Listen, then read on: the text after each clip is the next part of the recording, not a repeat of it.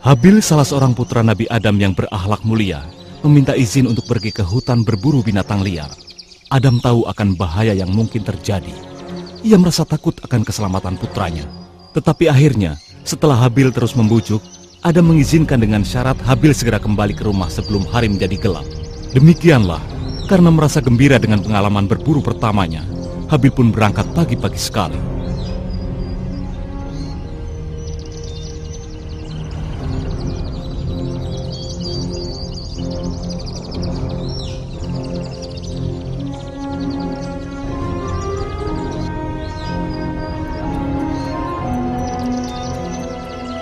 Hari ini keluargaku akan berpesta.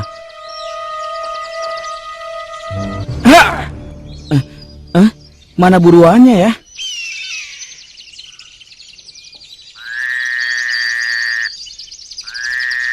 Seekor rusa yang cekatan pun muncul. Tetapi ada yang aneh. Rusa itu tetap tenang dan tidak takut sama sekali. Seolah-olah ia tengah menunggu kedatangan seseorang. Salam wahai temanku yang cantik. Habil pun segera mengejar buruannya.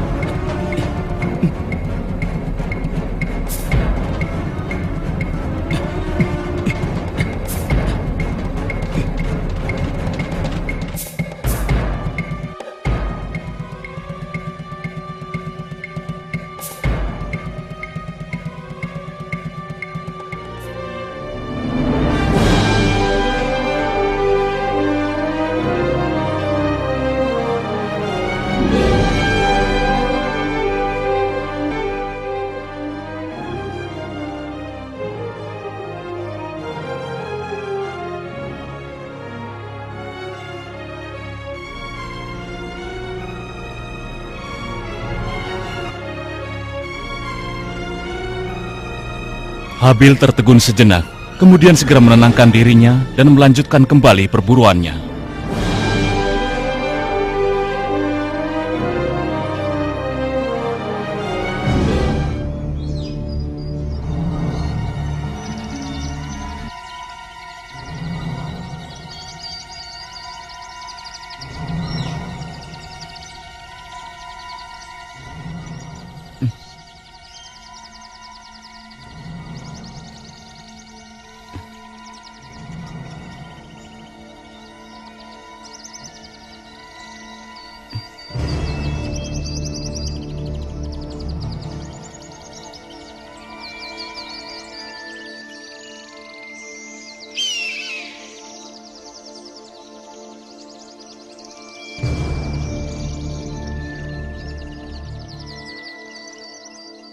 Dengan kehebatan dan keahlian seorang pemburu yang berpengalaman, Habil segera menemukan buruannya. Habil bisa merasakan jantungnya berdebar semakin cepat dan tangannya mulai bergetar. Dia bisa merasakan ketakutan rusa tersebut ketika ia semakin mendekat. Walau begitu, ini adalah perburuan pertamanya. Dan ia ragu apakah ia memiliki keberanian untuk memukul mati hewan secantik itu. Habil terus memburu. Dan rusa itu dengan ketakutan mundur menjauhi Habil.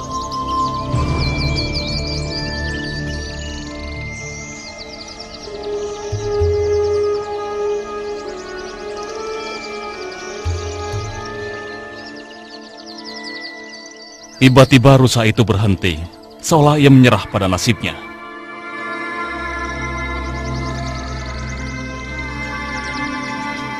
Habil sudah benar-benar siap untuk menyerang.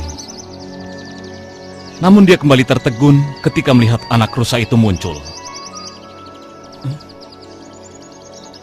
Sambil menarik nafas panjang, Habil bersyukur karena ia tidak membunuh rusa itu ketika anaknya berada di sisinya. Dia merasa tidak tega untuk membunuh rusa itu. Aku hampir membunuhmu. Ternyata kau punya anak. Aku senang tidak jadi melemparkan tombakku.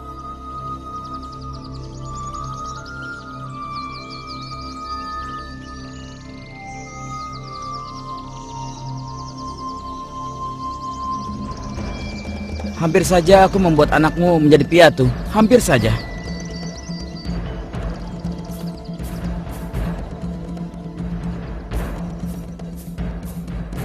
Hah? Habil bingung sehingga tidak mendengar sekawanan rusa muncul di belakangnya. Dengan serta-merta, Habil merasa bahwa ia harus menyelamatkan diri. Dan Habil terus berlari untuk menghindar dari serbuan rusa-rusa itu.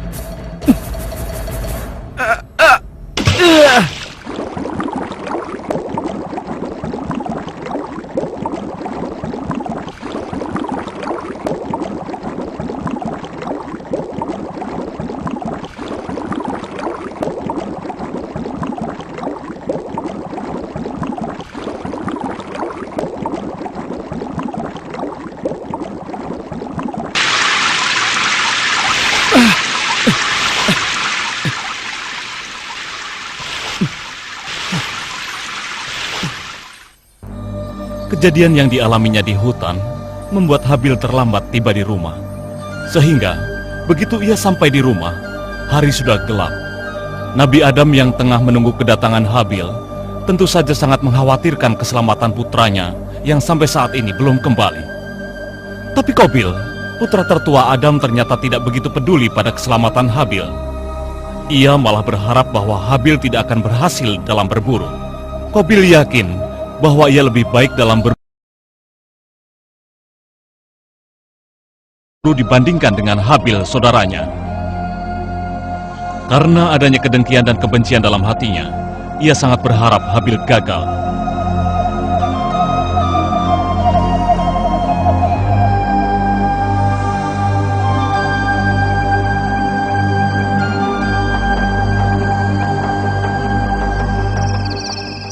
Akhirnya kau kembali juga.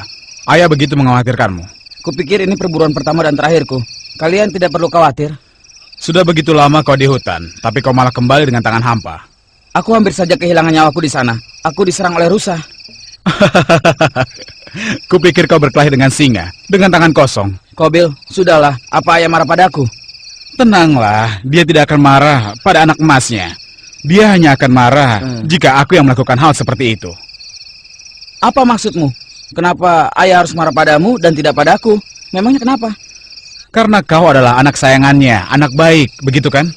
Kamu tidak pernah berbuat salah. Kamu ini adalah buah hatinya. Qabil saudaraku, itu tidak benar, Qabil. Ayah mencintai kita berdua. Dia akan sedih mendengar hal itu. Aku juga mencintainya. Tapi seperti biasanya, kau akan mendapatkan apa yang kau inginkan. Kau pikir aku tidak lihat? Beda sekali ayah memperlakukanmu.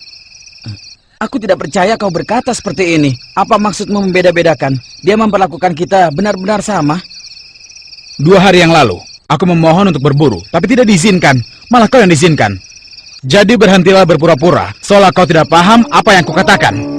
Tapi waktu itu sedang ada banjir besar. Semua persediaan makanan kita habis. Kita akan mati kelaparan jika tidak bekerja keras mengisi persediaan makanan. Itulah alasanku untuk pergi berburu. Aku hanya ingin membantu, tapi karena dia membenciku, dia tidak mengizinkanku. Itu tidak adil. Ayah mengkhawatirkanmu. Ia sayang padamu. Aku juga sayang padanya, tapi ia akan lebih memperhatikanku jika kau tidak merusaknya. Kau tidak serius dengan ucapanmu itu, kan?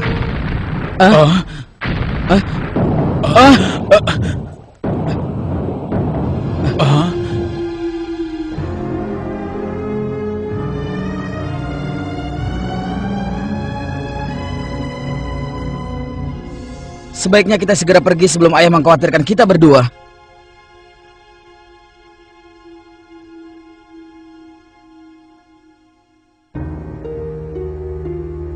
Nabi Adam adalah seorang ayah yang penuh kasih, yang mencintai kedua anaknya.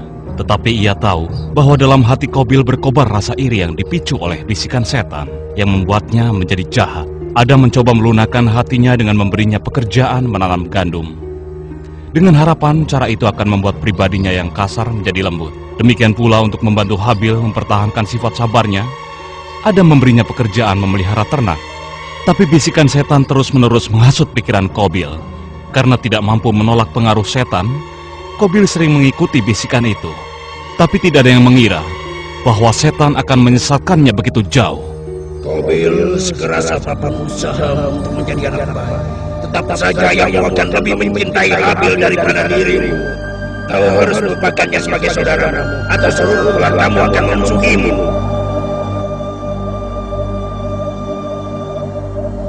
Suatu hari, Nabi Adam memanggil putra-putranya dan memberitahu mereka supaya berkurban sebagai tanda syukur kepada Allah.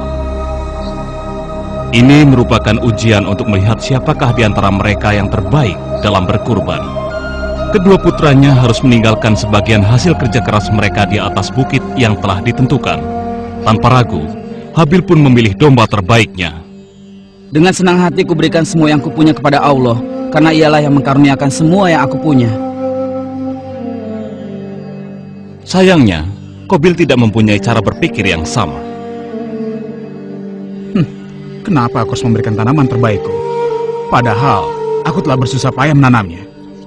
Tapi kalau aku tidak memberikan apa-apa, ayah akan menyebutku zalim. Aku pikir kalau aku meletakkan buah-buahan busuk, pasti tidak akan ada yang tahu. Dan ayah pasti tidak akan meremehkanku lagi. Ternyata akalku ini cerdik juga ya. Qabil pun sampai ke bukit tempat meletakkan kurban. Saat itu suara hatinya mengatakan bahwa apa yang dilakukannya itu salah. Dan ia hampir saja mengurungkan maksud buruknya. Qabil tidak tahu bahwa Allah melihat segala tindakannya dan mengetahui niat jahat dalam hatinya. Akhirnya ia pun melanjutkan meletakkan buah-buahan busuk tersebut.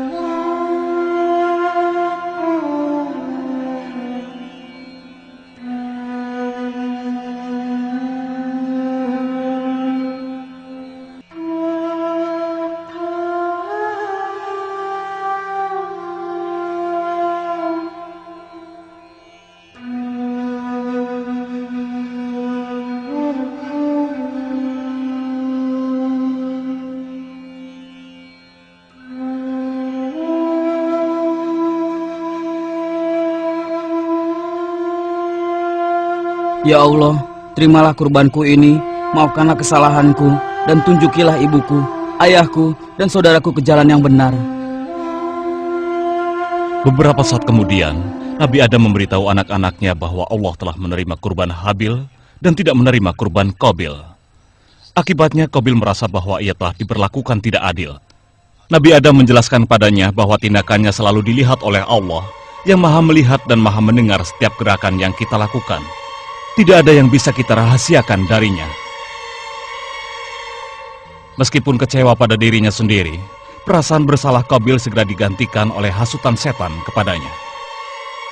Lihat kan, Habil yang ini lagi. Sekarang jika ada orang yang menyingkirkannya, siapa yang tahu? Kamu tahu kan bahwa kau bisa melakukannya diam-diam dan tidak akan ada yang menyalahkannya. Singkirkan dia, atau kau akan menyesal seumur hidupmu. Iya, aku akan melakukannya. Aku akan membunuh Habil.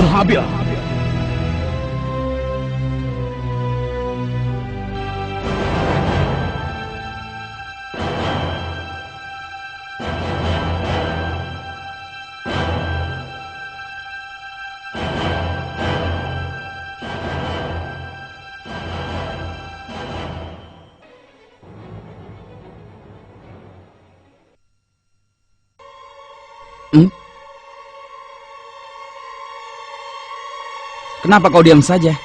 Atau kau masih kesal dengan apa yang telah terjadi? Katakan. Sekarang aku akan membunuhmu. Hah? Membunuhku? Qabil, itu tidak lucu. Jangan bercanda. Lalu kenapa kau membawa batu di tanganmu? Katakan. Seharusnya dari dulu kau sudah kusingkirkan. Apa yang kau ucapkan? Kita ini putra Nabi yang agung. Kita bersaudara. Saudaraku, apa kau sudah lupa hal itu? Kalau kita besar bersama-sama, lalu kenapa kau tega ingin membunuhku? Saudara, kau bukan saudaraku. Kau adalah musuh terbesarku. Aku sudah muak karena kau memperlakukanku seperti orang bodoh. Aku tidak mengerti. Yang bisa aku lakukan hanyalah menjadi saudara terbaik.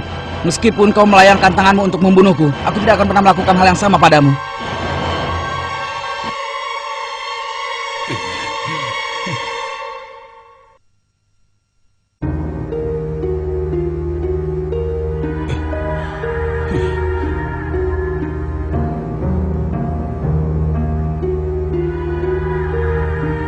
Sial!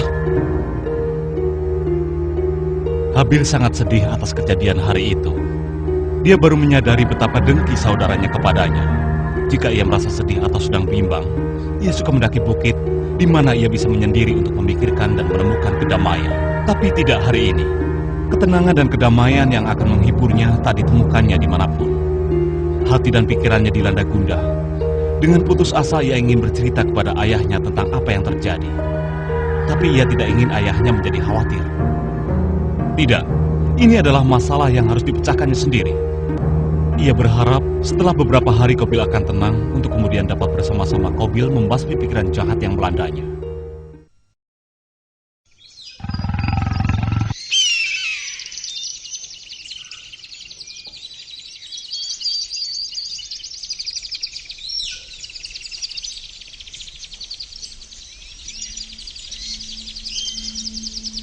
Kau mendengar sesuatu, Kobil?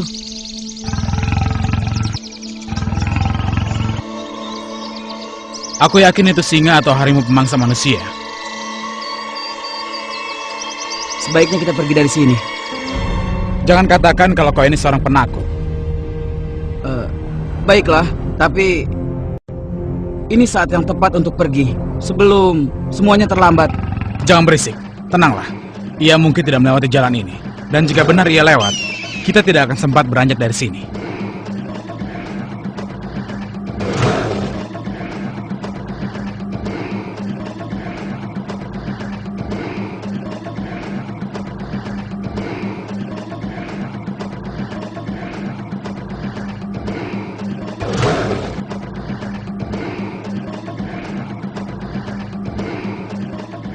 Sekarang kurasa kita harus pergi ke tempat yang lebih tinggi sebelum binatang itu menerkam kita. Jangan manja, Habil. Apa kau ingin mendatangi singa pemakan manusia?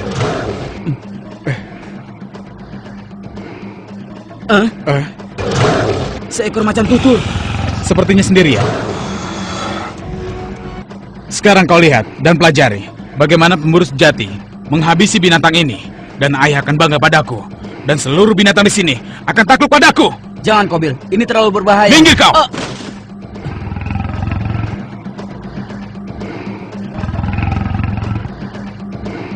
Jadi kau berani mengikutiku?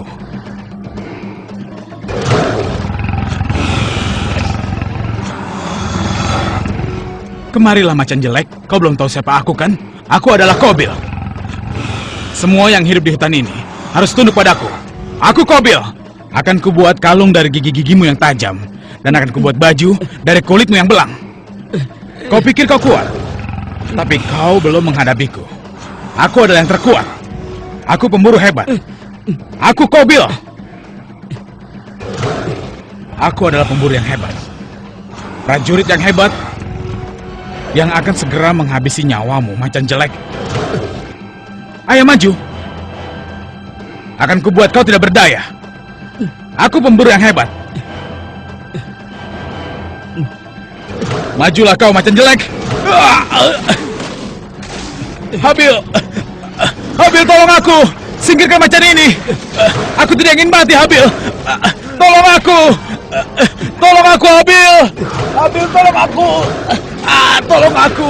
Habil. Mati kau, macan.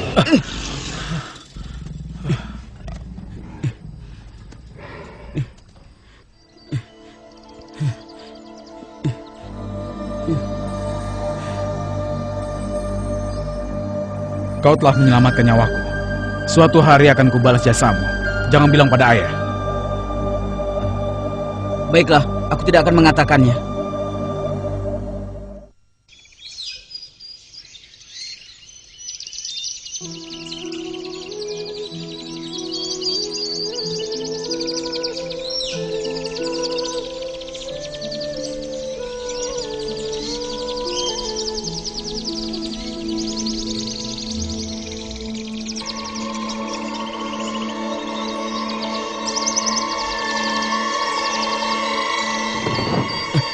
Kobil, Kobil, tolong aku.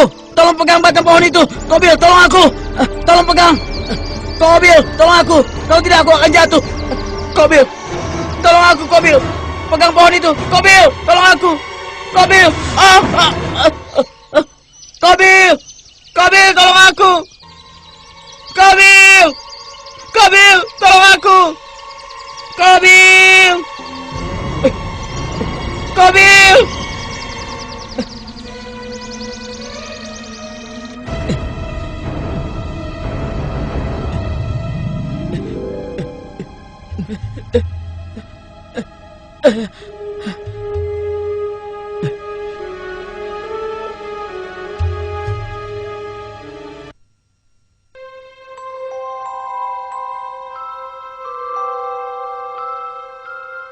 Kobil, kenapa tidak mau menolongku?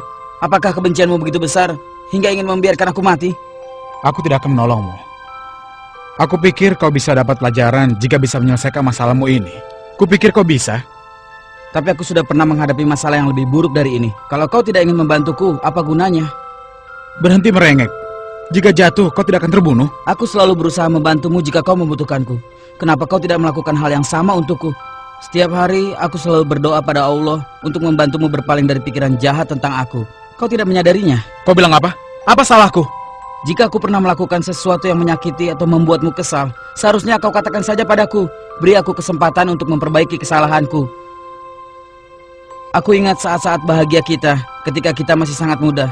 Sekarang segalanya berubah. Kenapa? Apa sudah kau katakan pada ayah apa yang terjadi kemarin? Lupakan kemarin. Sekarang aku ingin membicarakan yang akan kita hadapi saat ini. Lupakanlah. Aku tidak percaya kau tidak mengatakannya. Karena itulah kesempatan terbesarmu untuk membuatnya mencintai dirimu sendiri. Membuatnya mencintai diriku. Kenapa kau bicara seperti itu? Ayah mencintai kita berdua. Kau pikir kurbanmu tidak diterima karena dia tidak mencintaimu? Dia telah menjelaskan bahwa ini adalah ujian dan pelajaran untuk masa yang akan datang. Tidakkah kau lihat kalau ia ingin agar kita bahagia? Bahagia katamu? Lalu kenapa aku selalu diberikan pekerjaan yang keras, sedangkan kau diberi pekerjaan yang begitu mudah? Kobil, jika kau ingin bertukar pekerjaan, kau boleh menggantikanku kalau itu membuatmu senang. Aku tidak keberatan kalau itu maumu. Semua itu ayah yang memutuskannya. Kau bisa mendapatkan pekerjaan yang mudah karena kau anak sayangannya. Sedangkan aku apa? Yang aku inginkan tidak pernah dipikirkan oleh ayah. Kalau memang yakin tentang itu, kenapa kau tidak mengutarakan perasaanmu padanya? Kenapa kau harus mengeluh? Apa gunanya? Ayah tidak pernah punya waktu untukku. Sudahlah.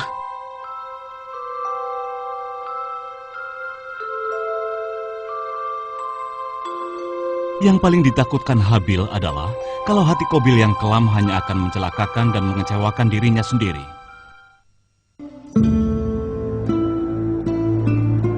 Setiap malam ia dihantui oleh kematian dan ketakutan dalam mimpinya.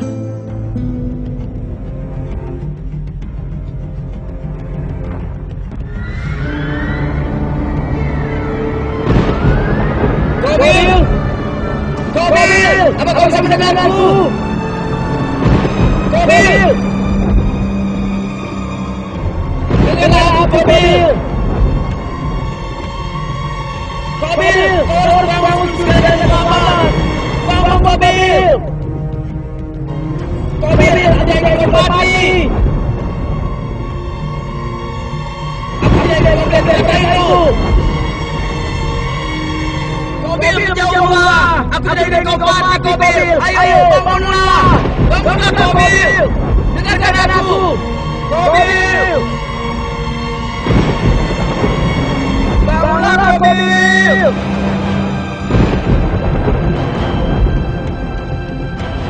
Kobil! Aku tidak ingin kau mati, Kobil! Kobil!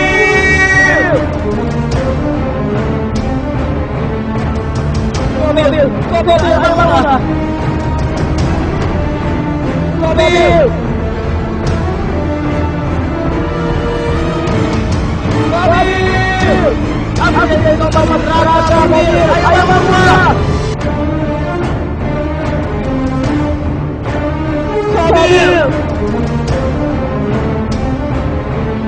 Kobil! Kobil! Kobil!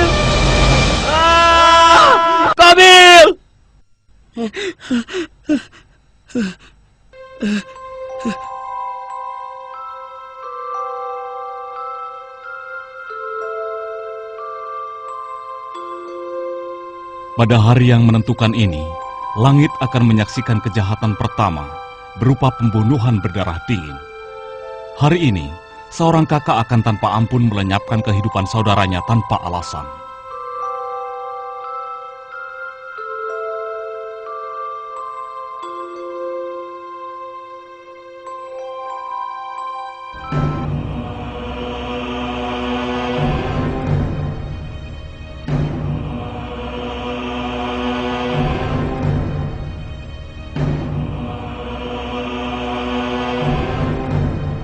Aku yakin kau bisa menjauhkan dirimu dari bisikan jahat setan.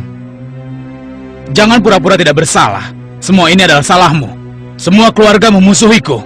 Kau juga tahu, ini salah besar. Ibu dan ayah tidak pernah mengesampingkanmu. Dan sekalipun aku selalu berusaha membantu, kau selalu memperlakukanku seperti musuh. Itu karena kau sudah menghasut semua orang, agar mereka berpikir bahwa kau ini orang suci. Padahal aku tahu kau adalah pembohong. Jika orang bisa melihatmu, kurbanku akan diterima. Aku melihat kurbanmu, semuanya busuk. Allah hanya akan menerima kurban dari orang yang jujur. Kau tidak bisa menyalahkanku karena kurbanmu. Aku tidak butuh ucapanmu. Aku benar-benar tidak membutuhkan itu. Aku sangat benci pada dirimu. Kau tidak membenciku, Kobil. Kau hanya membenci dirimu sendiri. Kau mau tahu, bila kau mati, aku akan tentram.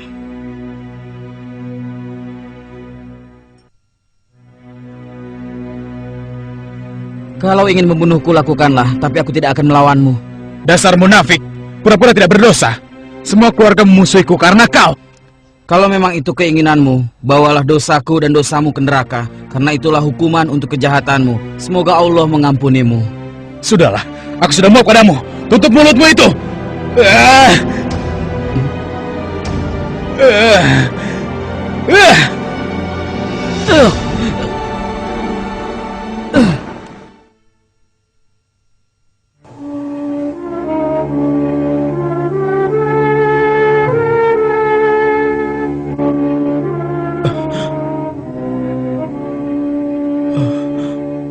Ya Allah, apa yang sudah kulakukan?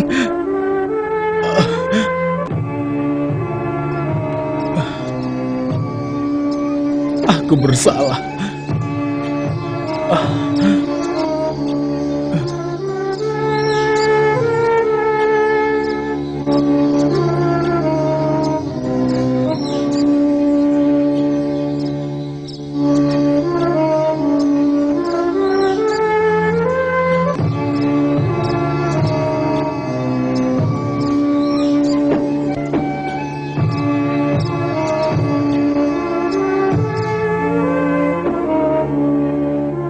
Penyebab rasa iri Kobil yang membabi buta telah pergi selamanya. Dalam kesendirian dan putus asa, ia merasa bahwa seluruh dunia telah meninggalkannya. Habil yang hidup dalam kebenaran hanya mendoakan saudaranya dengan doa yang baik dan menjadi jiwa pertama yang terbunuh. Cahaya kebaikan telah tercermin dalam diri Habil, sedangkan gelapnya kejahatan ada dalam diri Kobil.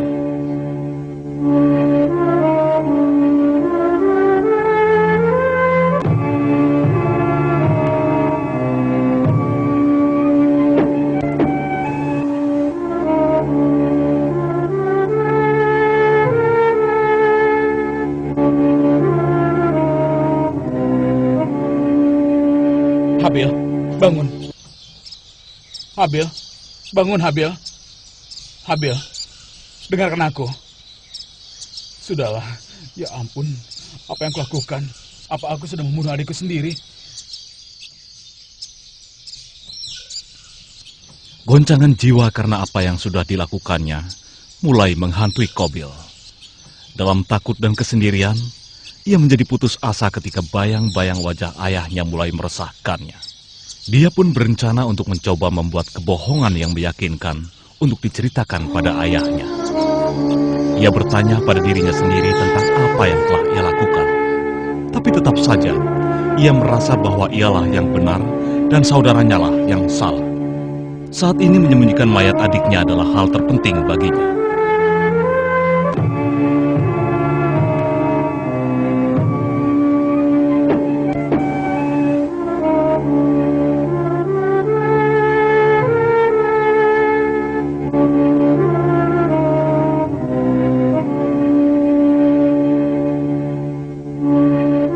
Ia memutuskan untuk membawa mayat saudaranya ke hutan, tapi itu sulit karena mayat itu mulai membusuk dan dingin. Ia menyeretnya sejauh yang ia bisa.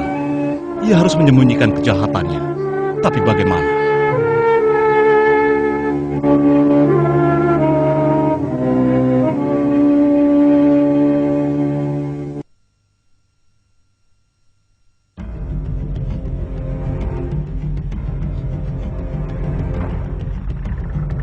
Biasanya malam menyembunyikan keindahannya ketika telah menjelang. Tapi malam ini, isi hutan seolah berteriak memaki Qabil, terus-menerus menyebutnya seorang pembunuh. Karena dihantui perasaan bersalah, Qabil memohon agar semua itu tidak pernah terjadi. Seharusnya ia ada di rumah bersama keluarganya, tanpa rasa putus asa dan kesendirian. Ia mengumpulkan tenaganya dan mulai menyeret mayat itu kembali. Ia takut kalau ayahnya mencari dan menemukannya. Ia harus pergi sejauh mungkin. Ia pun sampai ke kaki bukit. Sekarang ia merasa mual dan lemah. Hutan yang dulu bersahabat, tempat ia tumbuh dewasa, sekarang seolah sangkar yang memenjarakannya. Hari berikutnya pun tidak ada bedanya. Ia masih tidak tahu apa yang harus dilakukan dengan mayat adiknya itu. Rasa bingung, marah, dan bersalah yang ada dalam dirinya karena dia telah melakukan kejahatan pertama yang tega membunuh adiknya, terus-menerus menyiksa dirinya.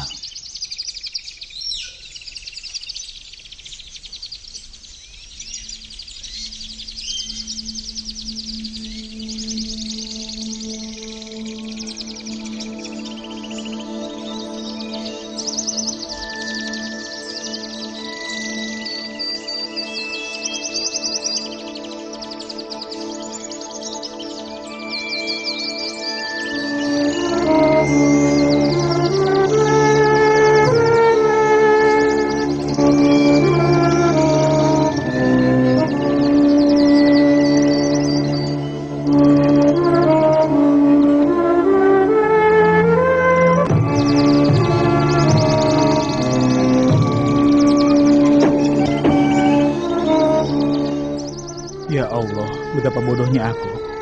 Sehingga perlu seekor burung gagak untuk menunjukkan caranya. Qabil mengubur saudaranya di kaki bukit.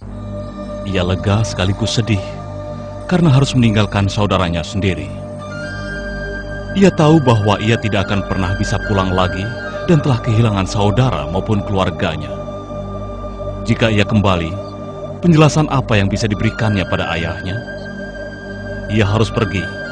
Hanya itu cara yang masuk akal. Ia mencoba membenarkan apa yang telah terjadi. Mula-mula ia mengakui bahwa Habil adalah orang yang saleh. Tapi ia merasa bahwa Habil bersalah dan pantas mati.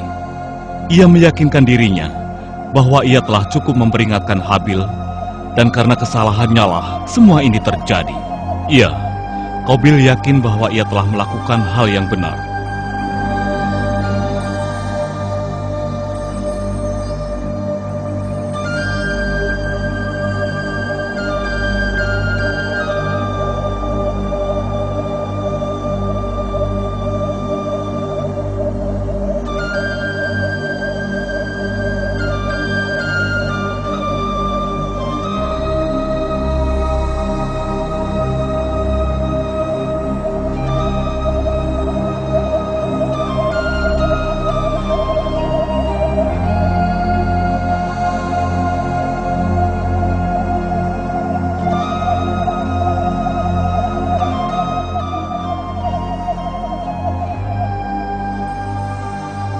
Karena dibutakan oleh kesombongannya, ia menolak bertanggung jawab atas perbuatan jahatnya.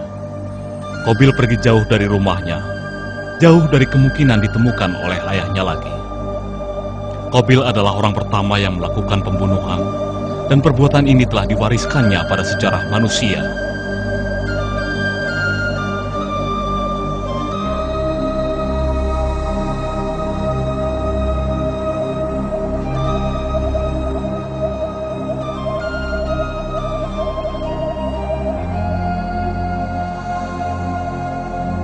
Ratusan bahkan ribuan Qabil terus muncul sepanjang waktu. Pembunuhan tanpa ampun atau rasa belas kasihan.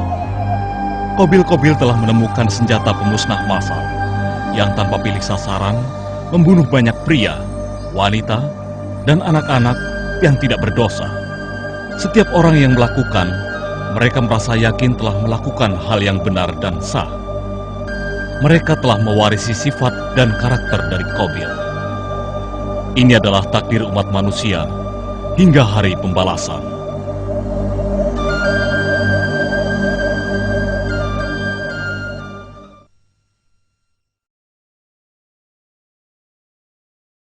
Bismillahirrahmanirrahim. واتل عليهم نبأ ابني آدم بالحق إذ قربا قربانا فتقبل من أحدهما ولم يتقبل من الآخر قال لأقتلنك قال إنما يتقبل الله من المتقين لئن بسطت إلي يدك لتقتلني ما أنا بباسط يدي إليك لأقتلك إني أخاف الله رب العالمين صدق الله العظيم. Dengan menyebut nama Allah yang Maha Pengasih lagi Maha Penyayang, ceritakanlah kepada mereka kisah kedua putra Adam, Habil dan Qabil, menurut yang sebenarnya. Ketika keduanya mempersembahkan korban, maka diterima dari salah seorang dari mereka berdua, Habil, dan tidak diterima dari yang lain, Qabil. Qabil berkata, "Aku pasti membunuhmu." Berkata Habil, "Sesungguhnya Allah hanya menerima korban dari orang-orang yang bertakwa." Maha benar Allah dengan segala firman-Nya.